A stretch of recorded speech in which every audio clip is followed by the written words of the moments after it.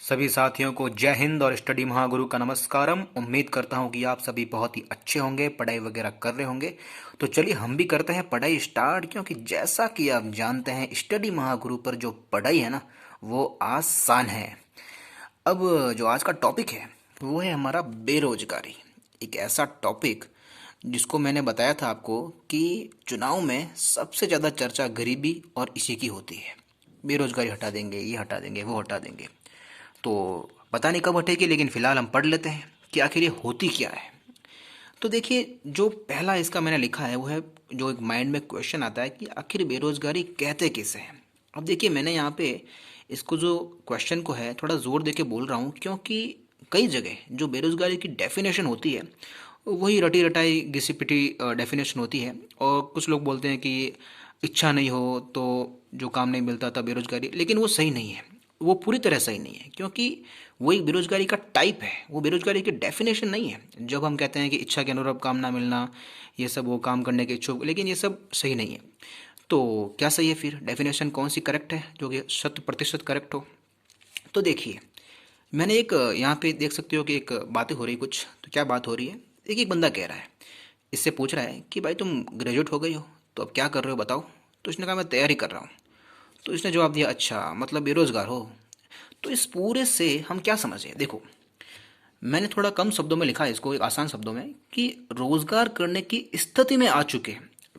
मतलब देखिए, इसने कहा कि ग्रेजुएट हो गए हो। अब ग्रेजुएट होना मतलब रोजगार करने की स्थिति में ये आ चुका है, लेकिन व्यक्ति द्वारा ऐसी कोई गतिविधि ना करना जिससे उसे वस्तु अथवा धन के रूप में आमदनी हो रही हो। देखिए, इसने जवाब क्या दिया था कि मैं तैयारी कर रहा हूँ। अब इस गतिविधि से उसे कोई आमदनी थोड़ी हो रही है, कोई पैसा वैसा थोड़ी आ रहा है। इसलिए इसने कहा कि अच्छा मतलब बेरोजगार हो, क्योंकि ये रोजगार करने की स्थिति में है, पैसा कमाने की स्थिति में है, लेकिन फिर भी इसके पास धन नहीं आ रहा, क्योंकि ऐसी कोई गतिविधि कर नहीं रहा है ये फिलहाल। अब हो सकता है इसकी इच्छा विच्छा ना हो, लेकिन इसने तो इसको बेरोजगारी माना। इसने थोड़ी पूछा कि तुम्हारी इच्छा है या नहीं है। इसने तो कहा अच्छा मतलब फिलहाल बेरोजगारी हो तुम। तो ये इच्छा वाली डेफिनेशन सही नहीं है। ये सही डेफिनेशन है इसकी कि रोजगार करने की स्थिति में आ चुके व्यक्ति द्वारा ऐसी कोई गतिविधि ना करना जिससे उसे वस्तु अथवा धन के रूप में आमदनी हो रही हो। ये इसकी डेफिनेशन है। अब आ जाते हैं बेरोजगारी के प्रकारों पर। तो ये जो बेरोजगारी के प्रकार है वो आप देख सकते हो कि एग्जाम्स के लिए ये बहुत ही ज़्यादा फेवरेट टॉपिक है। आप एसएससी की बात कर लो, इसमें 2014 में, 2017 में तो बहुत क्वेश्चन, और यूपीपीएससी में भी 2017 में ये बहुत ज़्यादा क्वेश्चन इसके आ रखे हैं। तो बहुत ही इंपॉर्टेंट है। यदि पढ़ के नहीं जाओगे तो नंबर कटने के पूरे चांसेस हैं।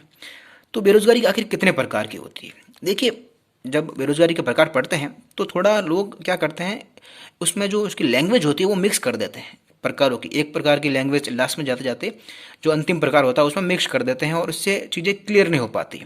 तो हम तो चीज़ें यहाँ पे क्लियर करेंगे आसान शब्दों में।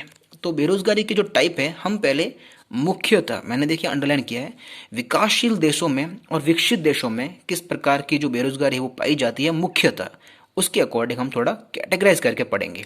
अब ऐसा नहीं है कि ये इसमें नहीं पाई जा सकती है, इसमें नहीं पाई जा सकती, पाई जा सकती है, लेकिन मुख्यतः जो जिसमें पाई जाती है उसके अकॉर्डिंग हम पढ़ेंगे। तो जो पहला, मैंने एक बार हम सारे टाइपों के नाम देख लेते हैं, उसके बाद हम थोड़ा इनको पढ़ेंगे आसान शब्दों में, डिटेल में। तो सबसे पहला जो टाइप है विकासशील देशों में वो है संरचनात्मक बेरोजगारी, स्ट्रक्चरल अनएम्प्लॉयमेंट।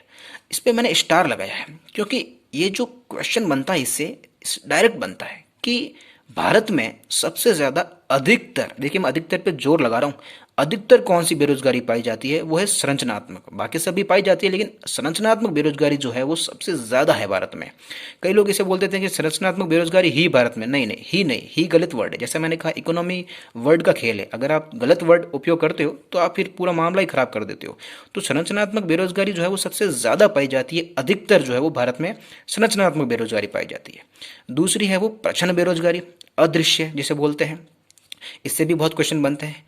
मौसमी बेरोजगारी, अब ये मौसमी खाने वाली मौसमी नहीं है, जो है सीजन वाली, जैसे कहते हैं ना आम का सीजन आ गया, सीजन जो सीजन है ना मौसमी, वो वाली है ये। अब है अगली जो विकसित देशों में, वो है चक्रीय बेरोजगारी, साइक्लिक। ये भी आगे देखेंगे क्या है ये। घर्षणात्मक जिसे बोलते हैं, प्रतिरोधात्मक बेरोजगारी, और कुछ अन्य प्रकार भी है जैसे अल्प बेरोजगारी, ऐच्छिक और खुली बेरोजगारी। हम सब इन्हीं को अभी आसान भाषा में देखते हैं कि ये सब जो टाइप्स है वो क्या है। तो जो सबसे पहला और इम्पोर्टेंट है वो है संरचनात्मक। देखिए, मैंने एक लाइन लिखी यहाँ पे, जमाना बदल गया है, इसको माइंड में रखना है।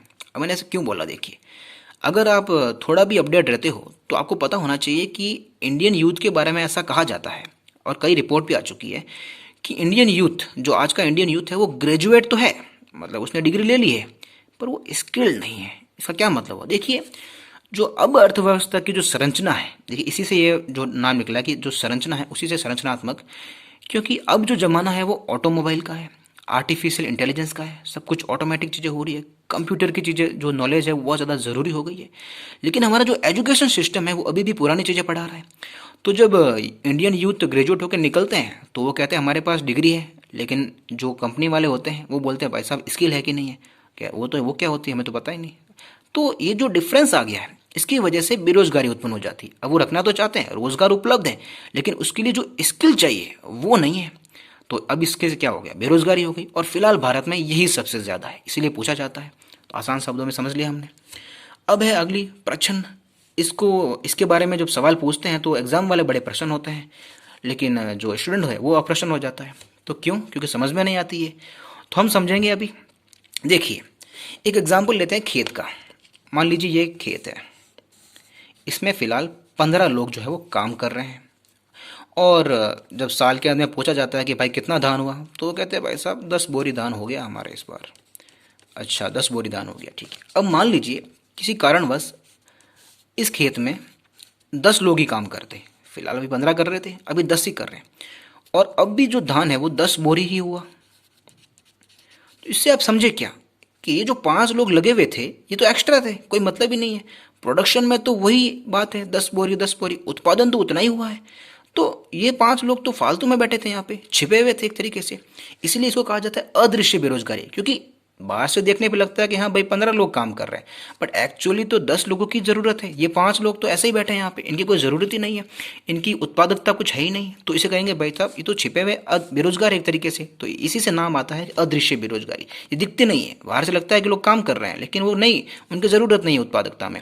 इसलिए इसे कहा जाता है प्रच्छन्न बेरोजगारी या फिर छिपी हुई बेरोजगारी।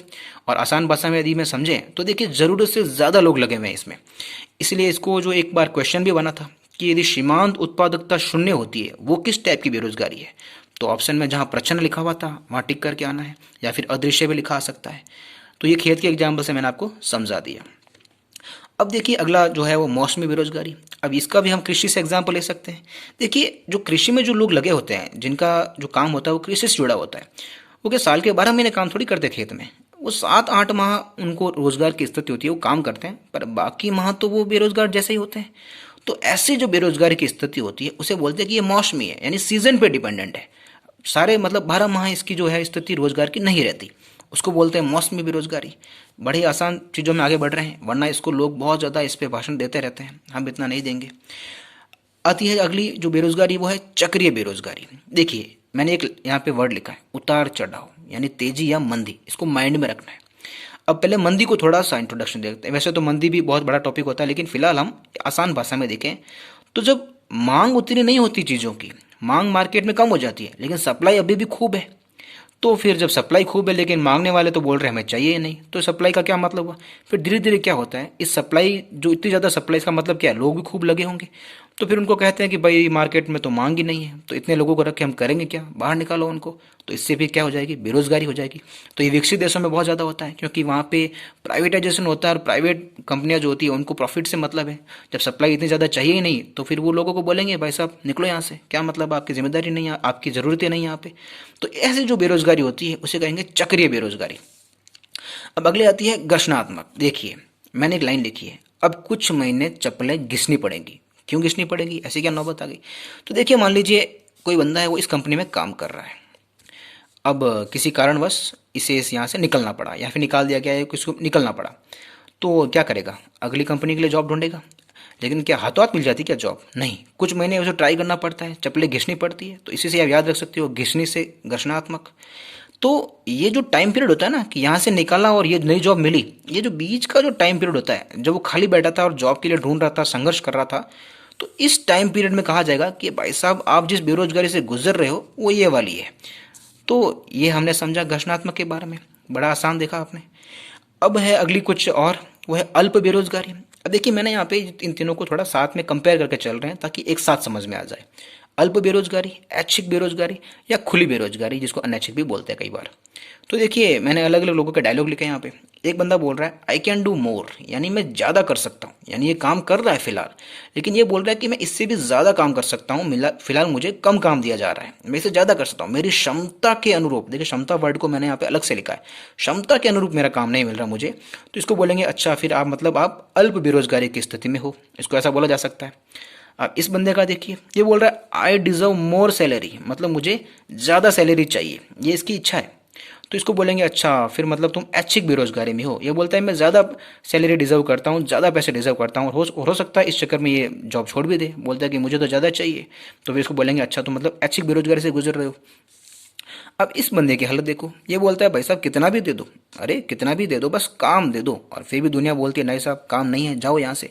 तो भी ऐसी बेरोजगारी को बोलेंगे खुली या ओपन बेरोजगारी, क्योंकि देखिए ओपन है, अब ये बोल रहा है मेरे को काम दे दो, कितना भी दे देना, कोई मेरे को ज़्यादा इच्छा नहीं है मेरी, लेकिन फिर भी इसको काम नहीं मिलता, तो फिर ऐसी बेरोजगारी को कहेंगे अनैच्छिक बेरोजगारी। अब इनके अलावा भी कुछ बेरोजगारी के टाइप होते हैं, जैसे कि शिक्षित बेरोजगारी, तकनीकी बेरोजगारी, शहरी बेरोजगारी, ये सब होते हैं, लेकिन वो इतने कुछ उसमें समझने जैसा कुछ नहीं होता, ना ही इतनी इंपॉर्टेंट होती है, एक बार पढ़ते हैं वो आ जाता है समझ में, लेकिन इन सब में समझने जैसा बहुत कुछ है, कई बार इनमें कन्फ्यूजन भी हो जाता है, इसलिए हमने सिर्फ इन्हीं को पढ़ा है। तो अभी मैं फ़ोन की थोड़ी वर्टिकल सेटिंग कर देता हूँ ताकि आप स्क्रीनशॉट ले पाएँ, तो स्क्रीनशॉट ले लीजिएगा। तो स्क्रीनशॉट ले सकते हो आप, इसका भी स्क्रीनशॉट ले लीजिए।